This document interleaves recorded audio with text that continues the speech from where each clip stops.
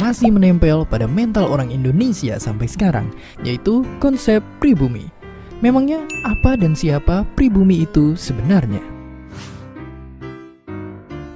Menurut KBBI, pribumi berarti penghuni asli yang berasal dari tempat yang bersangkutan. Umumnya yang kita sebut pribumi atau orang asli Indonesia adalah orang suku Jawa, Minangkabau, Bali, Dayak, Papua, dan suku-suku lain yang baju adatnya sering kita lihat di setiap karnaval 17 Agustus. Sementara itu, orang-orang Indonesia keturunan Tionghoa, Arab, atau India masih sering kita perlakukan seperti orang asing. Singkatnya, mereka sering kita anggap sebagai bangsa pendatang. Padahal, mereka bukan cuma lahir dan besar di negara kita, tapi juga berbudaya dan berbahasa Indonesia. Akhirnya lahirlah istilah seperti diskriminasi dan kecemburuan sosial yang banyak kita temukan terutama saat dunia perpolitikan sedang panas seperti pada pemilu gubernur yang terjadi di ibu kota Jakarta. Kita yang sekarang ngaku-ngaku sebagai orang Indonesia asli sering tidak sadar bahwa seluruh suku dari Sabang sampai Merauke sebetulnya dulu termasuk bangsa pendatang. Menurut bukti prasejarah yang ada, penghuni bumi Nusantara yang paling awal adalah Homo erectus. Spesies ini diperkirakan sudah ada sejak 1-2 juta tahun lalu dan banyak variasinya. Sampai-sampai 50% total temuan fosil Homo erectus dunia asalnya dari Indonesia. Spesies manusia modern baru masuk ke Nusantara secara bertahap pada era Pleistosen. Nah, para manusia pendatang ini terbagi menjadi dua golongan besar, yaitu Melanesia dan Austronesia.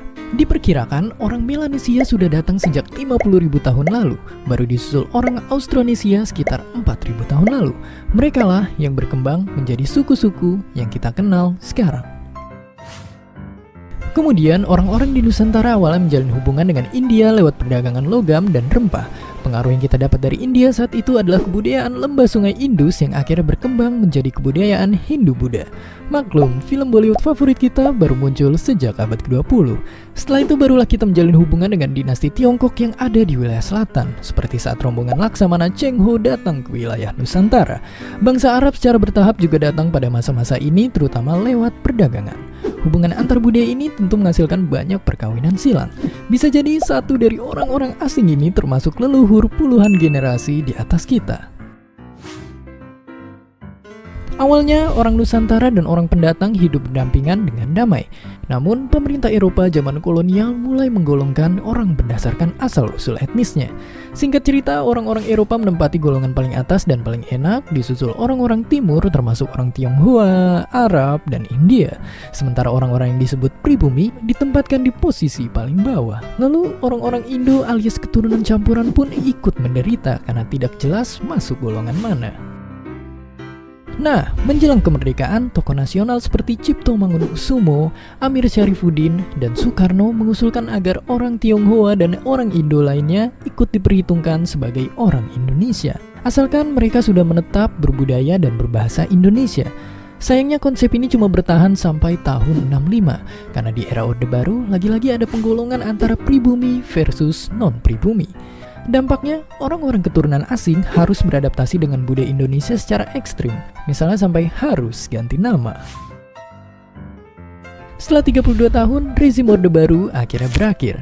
Konsep penggolongan pribumi versus non-pribumi pun sudah dihapuskan oleh Gus Dur. Jadi sekarang sudah bukan zamannya lagi ribut soal asal-usul dan perbedaan lainnya. Jangan sampai kita ngaku anak kekinian tapi masih bermental kekunoan. Yogi Facai, Sinan Kuaile, berkirim lapis legit dari Imlek sudah biasa. Kali ini saya kirim nasi kebuli. Gitu. Nah, saya kan bisa bilang, Anda nih kayaknya mau memasukkan unsur-unsur Arab nih. Arabisasi, gue tuh mau Arabisasi. Arabisasi Anda ini kayaknya ini. Saya adalah salah satu korban. Sebetulnya keluarga kita ada satu korban di mana saya harus mengiris, menghilangkan kecinaan saya. Gue 100% Tionghoa, gue 100% Indonesia. Ya sama kayak agama. Gue 100% Katolik, gue 100% Indonesia. Malah itu yang kurang dari bangsa kita, negara kita dalam keseharian. Dulu saya benci dengan Kristen. Saya nggak suka. Kelas 1 SMP saya lempar GPDI di kota Bima. Saya lahir di kota itu. Begitu tidak sukanya dengan kekristenan.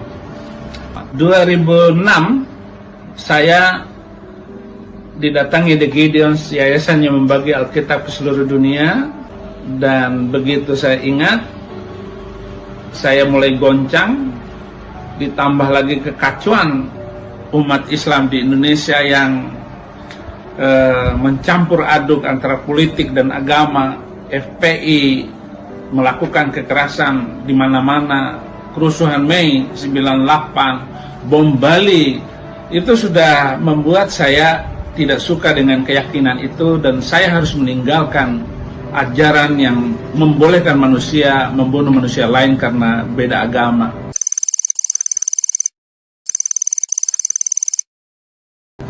Nah, kerusuhan-kerusuhan itu saya dengan mata kepala saya sendiri melihat bagaimana mall dibakar, dihancurkan, bagaimana kerusuhan Mei itu etnis Chinese itu diperkosa, rumahnya dibakar, bahkan ada di Lombok itu dokter jadi gila di Ampenan, sampai membuat saya akhirnya tidak suka lagi dengan keyakinan itu dan saya harus masuk Kristen. 6 Desember 2017 saya ditangkap polisi karena ada video saya yang viral. Saya mengajak seorang sopir taksi di situ berhenti merokok dan jangan ikut nabi yang tidak jelas. Berhenti merokok dan ikut Yesus karena Yesus tidak merokok, saya bilang gitu. Saya divonis 4 tahun penjara, dituntut oleh jaksa berat sekali untuk sebuah undang-undang penistaan agama. Saya dituntut 5 tahun penjara. Undang-undang penistaan agama itu ya saya lihat ya hanya untuk orang minoritas, sedangkan Ustadz Abdul Somad yang jelas-jelas menghina salib, bahwa salib itu ada jin kafir katanya, tidak ditangkap. Sudah dilaporkan itu Abdul Somad juga tidak ditangkap oleh polisi. Saya tidak ada yang melaporkan, polisi sendiri yang melaporkan, polisi yang menangkap.